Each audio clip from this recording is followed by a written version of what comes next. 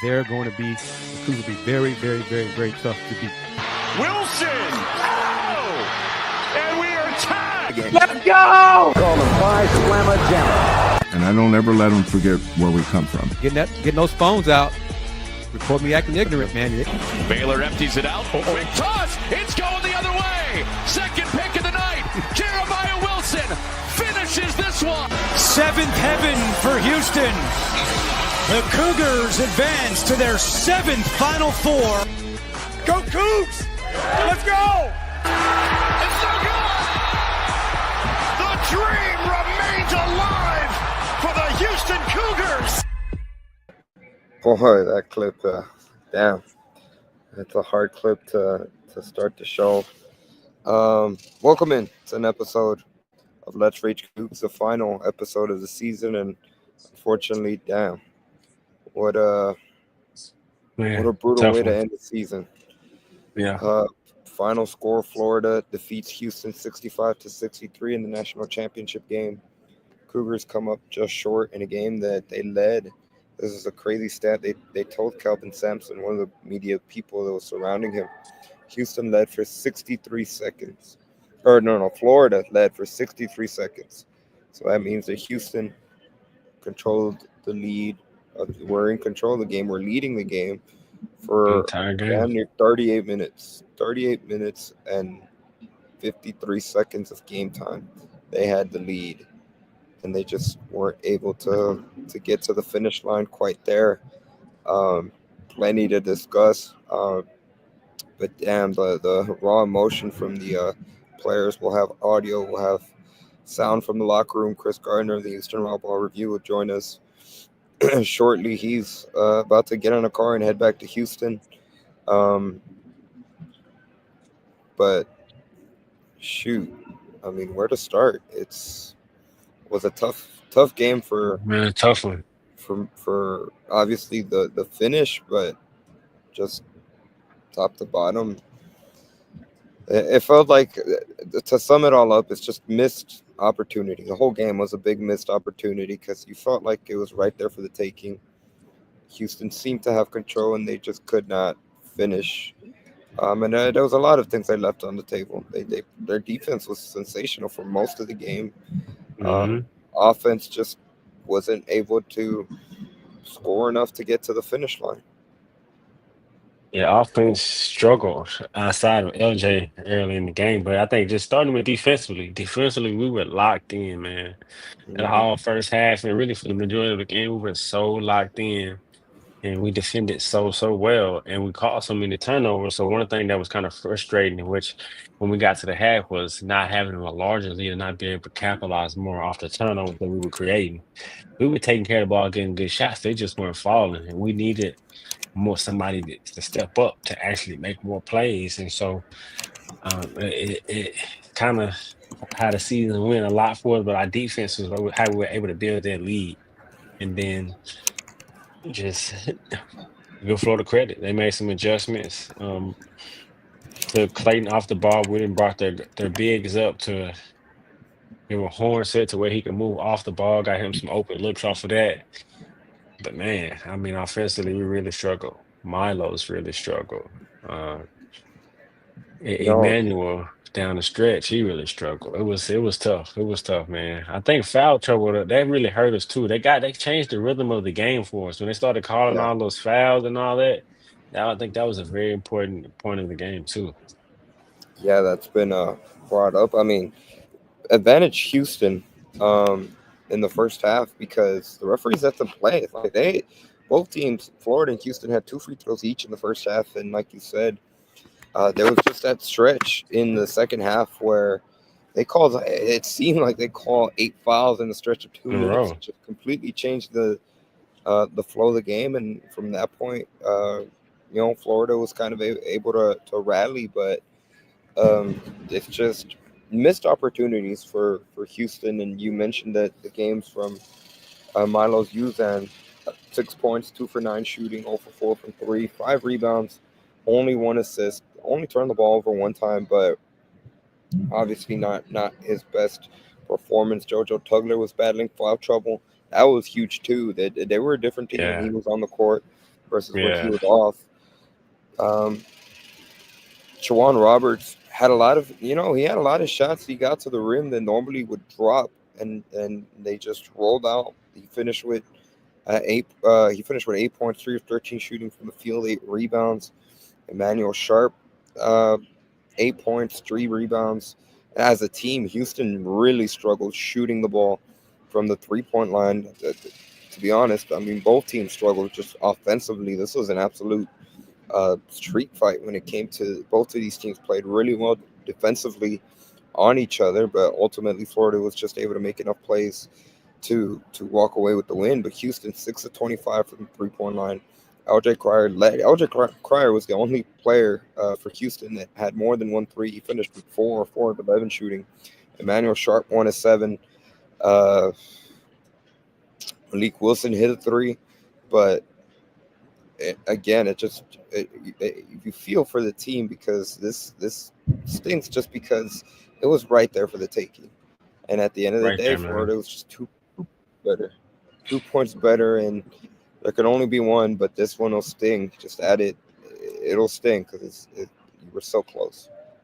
So close. I mean, control for all the time that you mentioned, and it just felt like we had control, we were gonna pull away, and then just the game just turned. And I think just plays that we could make. Yeah, I think it was effective when going to JVR down there on the block. J1, he did get some good looks that he can make, but he also forced some looks that he normally doesn't really take with his right hand. And so, I mean, I like the aggression, but it's a tough one, man. That's a tough one because we definitely had it there for the taking. And what's really the most disappointing about it is just we didn't even get a shot up to win the game. That's what so very, very disappointing. Like we didn't even get a shot attempt to win the game. And so that's a tough way to go out.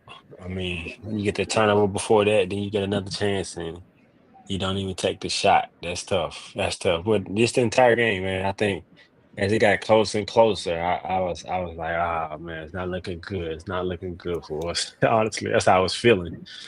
But the way we've been playing so well down the stretch, I'm thinking like we've been here before. You know what I'm saying? So it's like they got the momentum, but I'm confident that we can at least draw something up in this minute, at least get a shot up. So that's a tough one, man. That's a tough one. Yeah, that's the thing that will sting for Houston. Like you said, not even able to get a shot off. This was something interesting that Kelvin Sampson said after the game when they called timeout. Houston called their last timeout right before that final possession. He said they were only down 2, so obviously they didn't need a 3. And Kelvin said that he told Emmanuel, if they run hard to try to get you off the 3-point line, pump fake, drive, and you get to the basket, draw a foul. And on that final possession, it seems like Emmanuel got stuck. He got stuck in between for a moment. It looked like he had enough space to release the 3-point line. In the last second, he decided to bail out. And unfortunately, that cost the Cougars an opportunity to get the last shot. But the game goes beyond just one play. When it came to missed opportunities, like you said, Dayon, it seemed like a lot of times. I mean, that was just the story of the game, just coming up just short with multiple different aspects of the game. Even in the first half, only being up 3 after holding Walter Clayton to scoreless. Scoreless in the first half. And really, they did a great job on Elijah Martin, too, defensively. Like, he was not – he was kind of a non-factor for most of the game. And he had one big 3 that was key, but, yeah, he really didn't do much. Elijah Martin, the same player that really killed Auburn in the Final Four. And even they adjusted defensively in the second half to Will Richard, who was just absolutely poor. He kept Florida in the game in that first half. It wasn't for Will Richard, Houston, to be honest, it might have been very similar to Tennessee because outside of Will Richard, Houston defensively was controlling what they – this was the style, especially that first half. It was the style of the game advantage Houston. But kind of to your point, Dan, where in the back of your head, you were like, it's how they wanted to play. We only up 3. And their best player Exactly. has 0 points.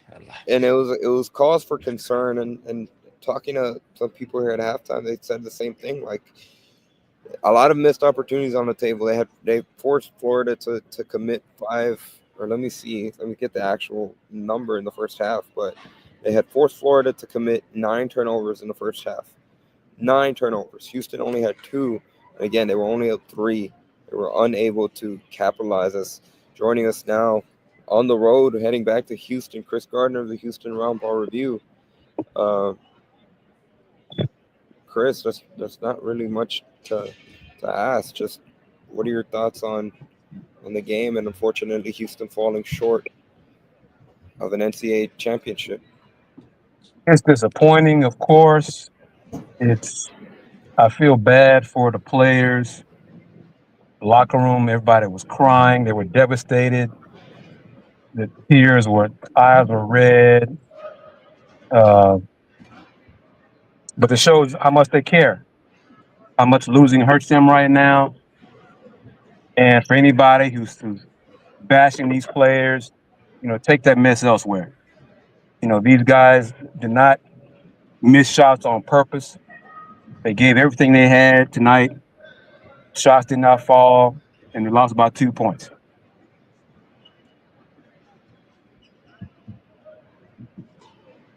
Kris, what are your thoughts on the final offensive possessions for Houston, that last minute, where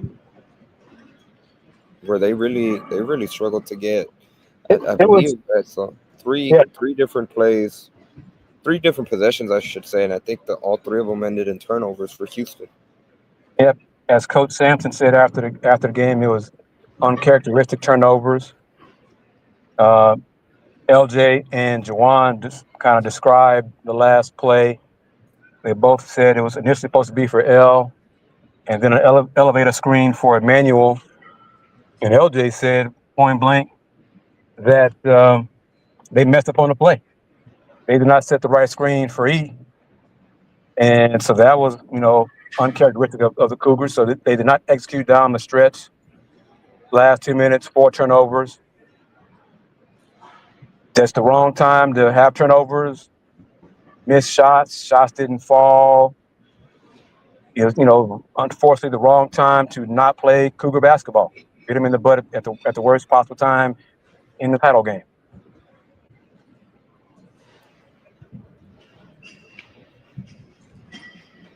Shoot, I'm reading a lot of the comments via the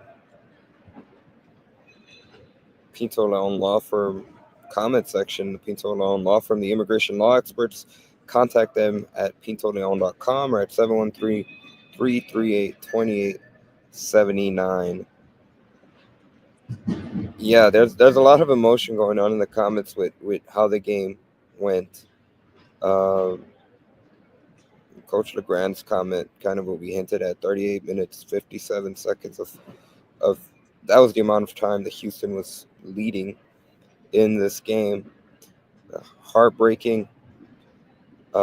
Kevin Hancock, what a great comment just in terms of being able to keep this into perspective. Hurts like hell, but this team has nothing to be ashamed of. One thing is a certainty. Coach Sampson will have next year's squad ready to kick some Big 12 tail when October rolls around. And a lot of talent, I should say, coming into next year's team. Obviously with the recruiting class, and it'll be interesting to see how the team shakes out, because you'd imagine there'll be some moves beyond just the recruiting class coming in. Raoul HD says amazing season, coach, player, staff, and program. Fan turnout was phenomenal, which it was. Give credit to Florida's fans as well. Whenever they Gators started making that rally, Houston got up 10, and Florida made their run and cut it. I think at first they cut it to 3, and then Houston kind of built back a lead, and then they were able to cut it all the way and tie the game. But the Florida fans and student section in particular were phenomenal as well. Raul, going back to his comment, UH couldn't score Ultimately, we by a bucket, and ultimately we lost because of that. We had Florida locked down, 65 points. That's one of the, not the lowest, but it's definitely on the low end for the Gators in terms of points that they had scored all season. Well, And then Ryan also had, go ahead, Chris. I mean, keep in mind this, talking about uncharacteristic turnovers, LJ stepped on the sideline. He had a big man on him. He'd have caught that ball, could have made a shot, pump fake, who knows, but how often has LJ stepped on the sideline this season? So, I mean, uncharacteristic things happen down the stretch. LJ had the baseline drive where he lofted up a shot instead of continuing to dribble down the baseline and resetting the offense. We can nitpick here and there about all kinds of stuff. We can comment on the refs deciding to call all the fouls in the second half, unlike the first half, when they called 4 fouls in the first half and almost 20 in the second half. The game slowed down, bogged down, clogged down, different factors. But, hey, it hurts. It sucks. I told Andy before the game, or was it at halftime, get ready, find me. I want to go viral. After we win, we as Houston win this game. It didn't happen, up 12, and they didn't close it out, did not seal the deal. So yeah, it sucks, it stinks. But I am not going to sit here and take jabs at the players when they gave it everything they had. Coach Sampson said it best after the game to the media, local media. The guys are hurting. The guys are crying. He wants them to hurt. He wants them to cry because it shows how much they care. If they weren't crying, if they didn't care, then he recruited the wrong players. And he knows he recruited the right players. The freshmen, the youngsters were crying, were wailing. I saw it, and you saw it. And the seniors were the ones lifting them up. The seniors and the graduates, their career is over. Their college career is over. But they're uplifting the younger players and telling them to keep their head up high. I said, and I will live it till I die. I am proud to be a Houston Cougar. It hurts right now to lose.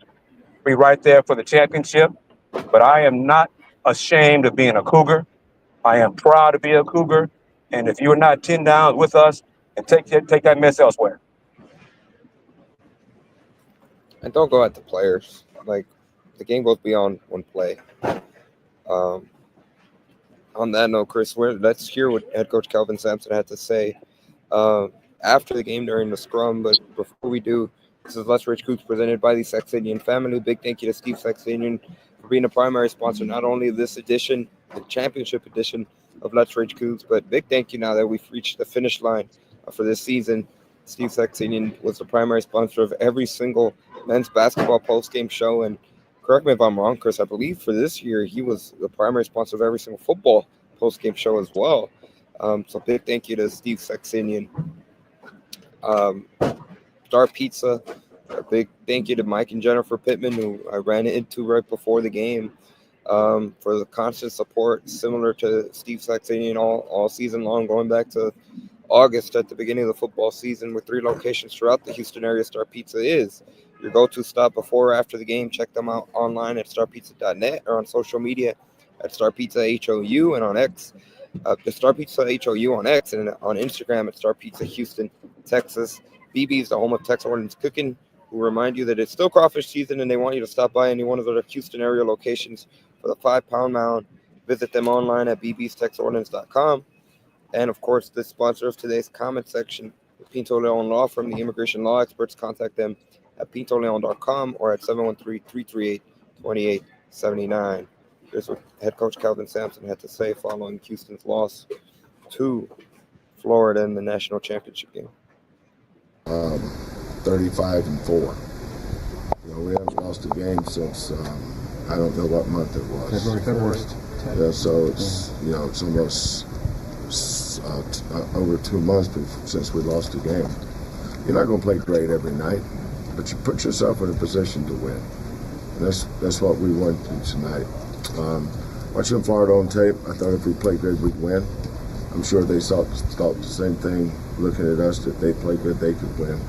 both teams played tough. I don't know if either team played great, but both teams played tough. But when you get to the national championship game, it's not going to be easy. You're not going to go out there and look like you're playing a bye game in the middle of November. You know, you're playing for the national championship. And sometimes nerves can affect kids on both sides. Like they hurt us early on some runouts, fast breaks, and you know that never happens. So okay, let's play through J1 and see what they do. But you know, they were really physical with J1 tonight, and he had a lot of balls that rolled right off the rim that you know goes in and 2 points, and they're excellent. I mean, there's a reason. I thought the best conference in the country this year was the SEC, and they were the best team in the SEC. So we battled the ACC champion, we battled the SEC champion, and came up 2 points short. Kelvin, you've had a bunch of teams over the years. Every team has its own identity, a bond. What's the identity? Tough, play for each other, high character, great young men. They're going to turn out to be great fathers and great husbands and great citizens. And you know, the two teams that played tonight, we went as far as we could go. You know, it's not like we lost 2 weeks ago, like a lot of teams, and you wish you could coach your team another week or another game or another day. Tonight was going to be the end no matter what. You know, we wish we could have been 2 points or 3 points better.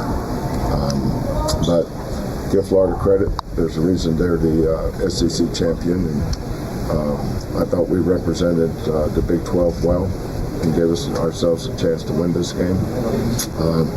But tough one to lose. As far as Clayton Jr. specifically, you know, obviously you guys were able to hold him in check most of the night. Yeah. Kind of gets going a little bit down the stretch. What adjustments do you think they made to really, you know, get him going? I don't know that they ever made adjustments. He scored 11 points. Yeah.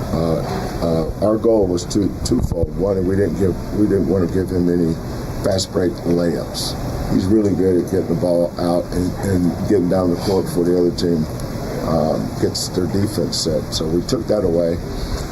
And we did not want to give up any threes going left. And we were awesome with that except once.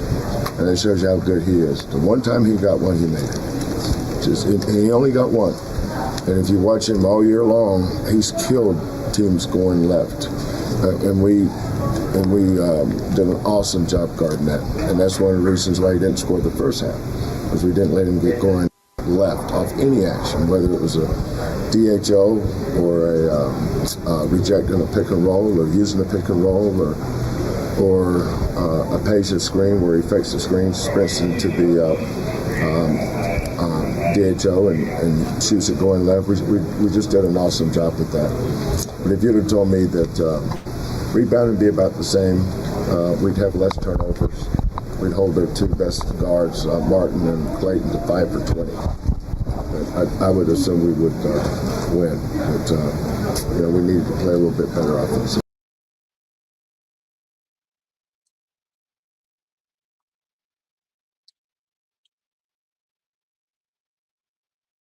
You're muted, Andy. That was Houston Cougars head coach Kelvin Sampson. Apologies for the little noise you could hear in the audio, but there was a huge scrum, literally three rows deep, and yeah, apologies for a little bit of the audio, but head coach Kelvin Sampson right there. Reflective. Felt like they did a good job on Walter Clayton, but again, kind of reiterating the message that we just said. Ultimately, they just came a few plays short of winning the first national championship in program history. Yep, and the guys fought. I mean, like you said, I think wasn't surprising. Like I said, it was just surprising that we didn't at least get a shot off and win the game. That was the most surprising thing to me. Other than that, I expected to be close. I didn't think we were going to just run away with it. I knew Florida was going to go on a run and make it tight. And so, I mean, good, hell of a season, man. Hell of a season. I think when Coach Sampson asked him to characterize this group, I think he hit it right on the head as he should. He's around them more than anyone. And I think they were very selfless team, play together. There seemed like no egos, and I'm definitely proud of this team, man. They had a good run.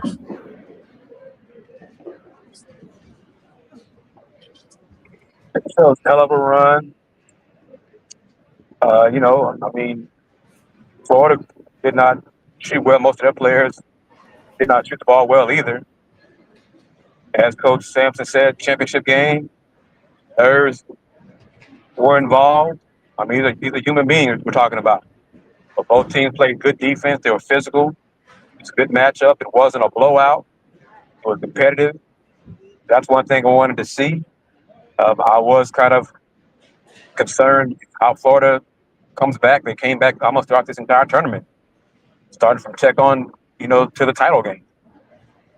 Houston had chances in the first half, and they did not capitalize on Florida's turnovers. And the shots didn't fall in the second half. And it sucks. Losing stinks. Losing sucks, especially when you got to look at the other team celebrate, and have their fans talk junk, and some of them being rude and crass and classless. But that's part of it as well. But to see the hurt and the tears in these young men's eyes in the locker room, that shows how much they care about each other, how much they care about this program. They wanted to win this for themselves. They want to win it for the school. They want to win it for the city. So they feel like they let the city down. So for anybody out there who thinks differently, just keep that in mind. These players believe that they let the city down. So don't take personal shots at them because they feel bad enough. They did not get it done tonight, but they have a chance. The youngsters have a chance, and many of them, to a man, said, we will be back next season. A lot of them reiterated that that's going to motivate them over the summer. They said that they're going to be ready to go back and work on their weaknesses. And like you said, Kris, they're motivated. They want to get back here. Like the one thing that Dayon Robert said is that the program's going to be in good hands with the players returning. They know what it takes to get to this level, and obviously the goal will be to get over the hump next year. And again, this is a University of Houston men's basketball team that has the second highest recruiting class in the country, the best in the Big 12 coming in next season. A pretty stacked Big 12 recruiting class in general, top to bottom when you look throughout the conference, I might add. So this team, talent-wise, is going to potentially, just overall raw talent, might be in a better position than this year's team, but it's so hard to say that because the experience and really the main thing that a lot of It's hard players, to get back there. Hard. Yeah, like think of the run they have to go through a Gonzaga team. Even though next year's team might be more talented, they might not get to. I mean, if you'd have to bet, it'd be really hard for them to get back to this championship game. And looking at the run they had to get through a Gonzaga team that made a rally late, and were a couple plays from pulling off the victory against Purdue. Same thing, game tied at the very end. Houston executes marvelously on their final play for a wide open Miles Uzan dunk against Tennessee. Houston imposed its will, but think about just how bad of a shooting night the Vols had. Like if you play them 5 times out of 5, like that's not going to happen again, you would think. So it's hard, and that's what makes it really sad and sobering for this group. One, this is the last time that a lot of these players they're going to step on the court, but just for this team in general, this team is just not going to play together again, and it's sad to see them not come away with the ultimate prize, but at the same time be reflective. They got to the championship game, and what a hell of a run it was to get to this point in the state of Texas. What makes it so good is the same reason why it stinks so much, but they were just 3 points short of achieving what no other University of Houston basketball team had done. Yeah, right there, man. It's March Madness and it's also March Sadness. It's one and done. This tournament is cruel if you lose. It can be cruel, but it's a joy if you come away with the victory. These guys got 5 wins in the tournament and fell just short for getting win number 6. So it stings, and you are right. The guys said in the locker room they're going to work on their weaknesses and strengthen them and get better. But there's no telling that everything is going to bounce their way next year. It's hard to win a championship in college basketball because it's not a series. It's not 3 out of 5. It's not part of 7. You need some breaks along the way. You know, the Cougs had some breaks this season. They take advantage of them. Health-wise, they had a lot of breaks too.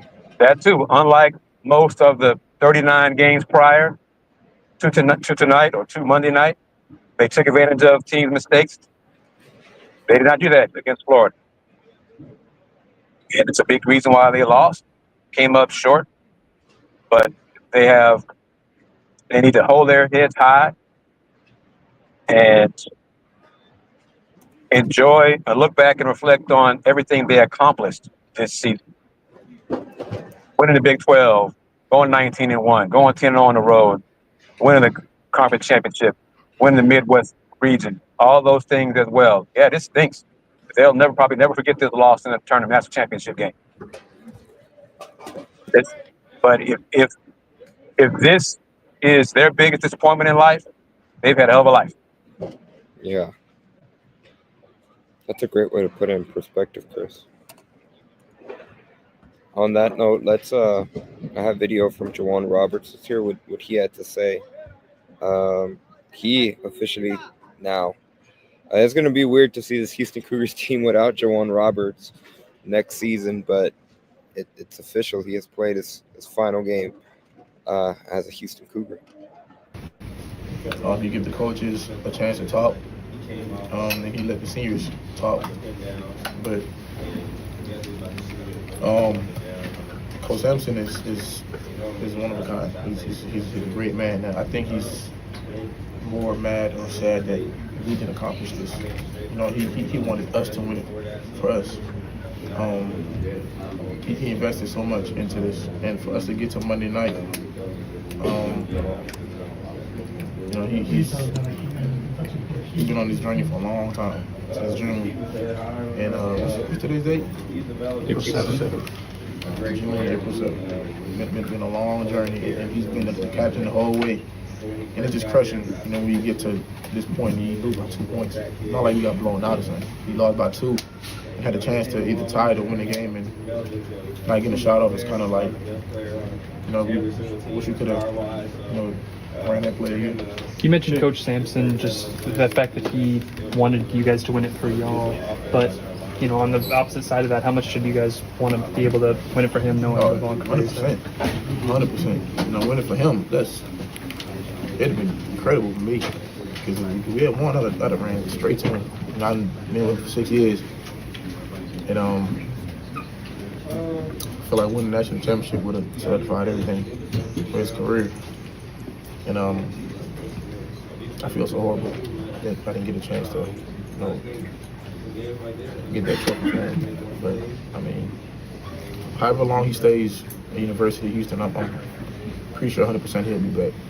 Dayon, what is it about returning guys like Emmanuel and JoJo that gives you confidence there to be able to take from this and be able to, you know, come back to that? They've seen it all now. You know, they know how hard it is to win a game. It's hard against Purdue, hard against Duke, hard against Tennessee, hard against Gonzaga. All those games was hard, and those guys, you know, having that experience. Hopefully when the freshmen come in next year, they'll tell them, you know, how hard it is to win a game. And I'm pretty sure Emmanuel don't want to feel like this again next year. So I know those guys like the back of my hand, and they're going to work their butts off, you know, for next year to get back in the same, you know, situation to win the national championship next year. You guys have all described this team as special. The bond that you all have is special. Mm-hmm. What makes this team special? The love we have for each other. You know, I feel like stuff they do off the court brings us way closer You know, our families are close together too. When I'm cool with all these guys, moms and dads, you know, they put in a lot into us, and you know, these are great guys. You know, very humble. Want to see everybody do good, and I love them. What's going to stick with you those final 3-4 possessions? I don't know. I don't know. You know, Emmanuel's going to get, you know, probably undual attention and all that for that last possession. What do you tell him? How do you kind of help a guy go through something that, like, no one wants to actually have to deal with? It ain't his fault. You know, coming on to that last play didn't dictate the whole game. You know, some stuff in the game that we could have did better. And him not getting a shot off, we're not finna blame him for that. He did a lot of great things in the game. And he came in the locker room and said he's sorry, but I mean, it ain't his fault. And you know, people from the outside gonna say, he did this, or he didn't shoot this, or he didn't. Don't listen to that. You know, everybody got their opinion, and we know how special Emmanuel is. So I'm gonna comfort him as much as possible, and I'm gonna defend his name if anybody try to make it worse than what it is. Dayon, 6 years here, has it hit you yet? Nope. I don't think it's gonna hit me until I'm kicked out of all of the lifting group chats and all the group managers group chats. I think that's when it's gonna hit. But right now I'm still in there though. So that was Houston Cougars forward Dayon Robert speaking to reporters after the game. Really shows how close this team is right there. He was ready to defend Emmanuel Sharp when they asked him about just potential noise that could arise. But again, the winningest player in University of Houston Cougars program history. Like I said before we played the clip, it's going to be very odd next season to see a UH team without Dayon Roberts, kind of being a little bit more reflective. But now that time is up for him at the University of Houston, what do you guys feel like they'll remember about Dayon Roberts and what he was able to do in his time with the Cougars? I think off top, I'm gonna remember his toughness. I mean, he was tough year in and year out. One thing that comes to mind is his toughness and his kind of like he's the blueprint of the culture. Well, as they deem him the cultural warrior, with just his relentlessness, how he plays, his ability to defend and offensive rebound. I think that's really what's going to stick to me a lot. I think he's learned so much and been able to embody. I'm sure he would probably reiterate the different ways to lead from the different leaders that he's been with, to kind of build that into himself and learn the culture and play with that chip on the shoulder. I think that was something that he did really well when it was time for him to step up. Kris, what say you? I'm going to remember his growth. He really epitomizes the player development of the Houston Cougars men's basketball program. 6 years redshirted as a freshman, and to see him now, his career ends part of this great season, made Big 12 all-conference. He accomplished so many things, won so many games, became a vocal leader on this team, which wasn't in the cards for him as a freshman. He learned from the vets as a 17-year-old kid, and now he's leaving at 23 years old, and you hear the maturity in his voice. And when he was finished speaking to us, I thanked him for everything he did for the University of Houston, for the program, for talking to us tonight, because it's hard. You know, those guys are hurt. And for him to sit there and answer those questions and be so deliberate in his answers and thoughtful in his answers and be a leader that he is, it's just another example of him and his growth as a man, as a young man. And he is really, Dayon said it well. He is a culture warrior. He's a prime example of what it means to develop as part of the Houston Cougars men's basketball program. And then I think it's fitting that his second to last game, his final victory with Houston, really came down to him knocking down the go-ahead free throws. There was one player that you would want at the line that kind of fitting, obviously epitomizes Houston Cougars basketball in the last few years. It was him, and he helped initially put Houston over the top of Duke, and they were able to close out that game. So, again, not necessarily the storybook ending, but what his contributions to the program, and really what he's just been able to do to, like you mentioned, Chris, the growth, the leadership, and really even in that clip right there, getting to just learn and know more about Jawan as a person. He's showing off his sense of humor a little bit at the end, just in terms of when it'll hit him that his time with Houston is over. But it's been awesome to see his growth from where he was first as a redshirt, similar to a few of the younger guys on the team, right? They didn't play much when Houston initially made their 2021 Final Four run, and here he is 4 years later, the winningest player in Houston Cougars history. And it's going to be weird to see him right off, but I'm going to be surprised if in the future, who knows how far in the future, if eventually he returns in some capacity on staff. That could happen. I think he's going to, try to have a long pro career. If it's overseas, he'll make good money. He'll take a shot, get a shot in the NBA. His work ethic is going to get his foot in the door, and he'll go from there. I want to touch on this. I saw the question minutes ago regarding JVA. Last I heard, there was talk about him getting his extra year. I don't know where that stands and where that process stands. If he's going to get it approved by the NCAA, time will tell. I'm not expecting it with the NCAA. Who knows how things go with them now? But they got 4 bigs projected to come back right now. Next year's team will have more NBA caliber on paper players, NBA draft picks. But next year's team is going to have to get that leadership and see Emmanuel step up into that role, and see who else steps up into that role as leaders and comes through with experience. Talent-wise, they look great, but still got to get done and see how quickly the new guys adapt and adjust to playing Houston Cougar basketball. Chris, do you think that they'll also make moves in the transfer portal? But they already made one. Yes.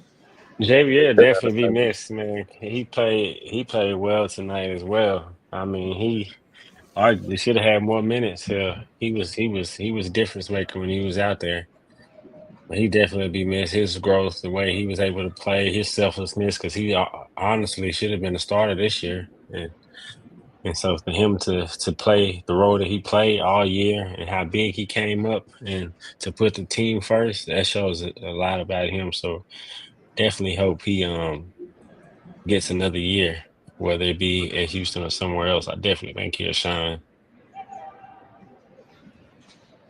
I'm seeing the comments. A lot of people are also shouting out Malik Wilson. And we both, just right on cue, Crabtree puts it up on the Pinto Alone comment section. Malik will be missed. Played great today and all season. Highly underrated guard. With both Malik and JVA Francis, something that he touched on yesterday, but it's, again, we say it so often, but a testament to the development of this coaching staff with both players. They very easily could have gone elsewhere. In JVA's case, yesterday on Sunday, he was very reflective about 2 days ago, so this is Tuesday morning. He was very reflective of how the staff had confidence in him. And I think we touched on it. It might have been after the Final Four show. It might have been a show after that, where Kelvin Sampson was really high on Francis. There was a couple times when he first started getting into the rotation, and the first year that he started. I can't remember if it was the 22-23 year, if it was last season. But there was just the constant reassurance that, listen, we don't need to go into the transfer portal for a big. We got Francis coming up. And lo and behold, it came to fruition now. He was very thankful for the staff having that confidence in him and really trusting him and developing him and not going elsewhere when they could have at a different time. So that was something to, again, keep in mind. If indeed it was the final time that Francis stepped on the court wearing a Houston jersey, his journey as well.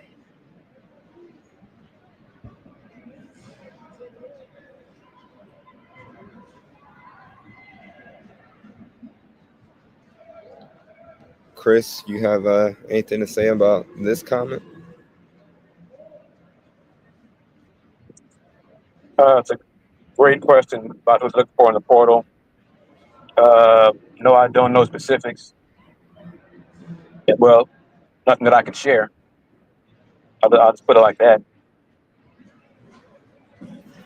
At least not right now. Shoot, that's enough said right there.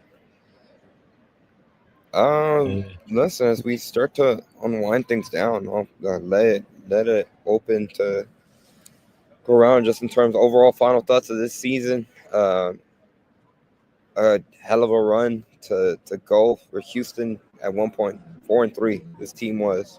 The sky was falling after they lost to Auburn, to Alabama. The sky was really falling after they lost to San Diego State. And to turn around, go undefeated from December to January, and only lose once in overtime to a very tough Texas Tech team in February, and to only lose twice from December to April. Well,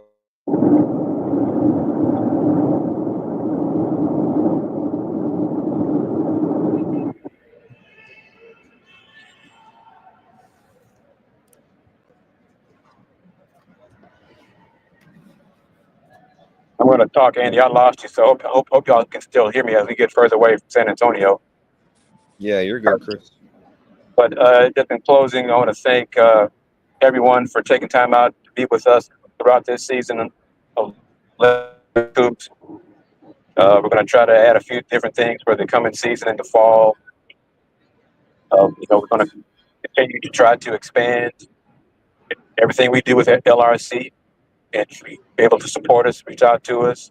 But thank you to all the commenters, all the Cougar supporters, Andy, Dayon, Fluff, for this hell of a ride we experienced this season. We're not in the way we wanted to, but we are Cougs. We will always be Cougs.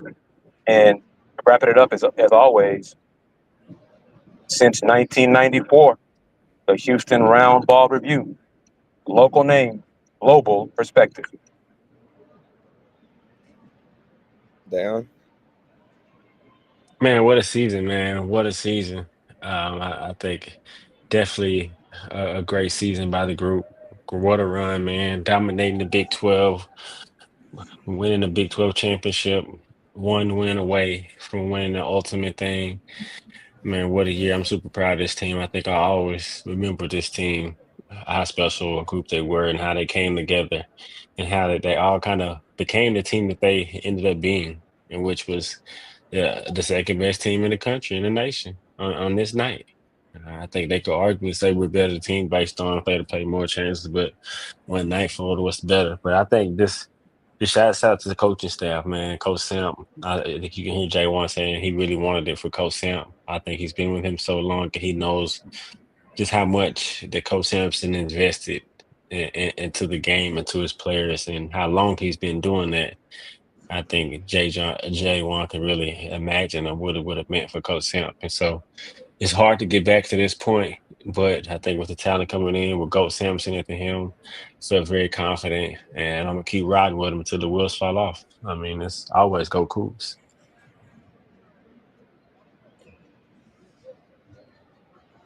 That'll do it real quick. Last thing, I do want to shout out our sponsors again. Big thank you to Steve Saxenian for being a primary sponsor all year long, to Star Pizza, to BB's, to the Pinto and Law Firm. all 4 of them being part of the postseason run from the start of the Big 12 tournament. Big thank you to reiterate what Kris said to all the commenters. I did want to put this final comment for me at Crabtree. He put it best. This team ran through the Big 12 as a partial revenue member, which I believe, Kris, to correct me if I'm wrong, was this the final year being a partial revenue member? And starting next season, they get full shares of that Big 12 revenue? Correct. So, I mean, what this team has been able to do, what this program has been able to do with limited resources, again, it's awesome to see 2 years removed from the American Athletic Conference. They took the SEC champion to the wire and finished as the national champion runner-up. Walter Williamson said it best. Dayon said it best. It's always go Coogs. We'll be back next season. I mean, we'll have shows over the summer as well, so stay tuned. Big thank you, Dayon, Kris, Fluff, for every single show. As always, go Coogs. We'll see you on the other side.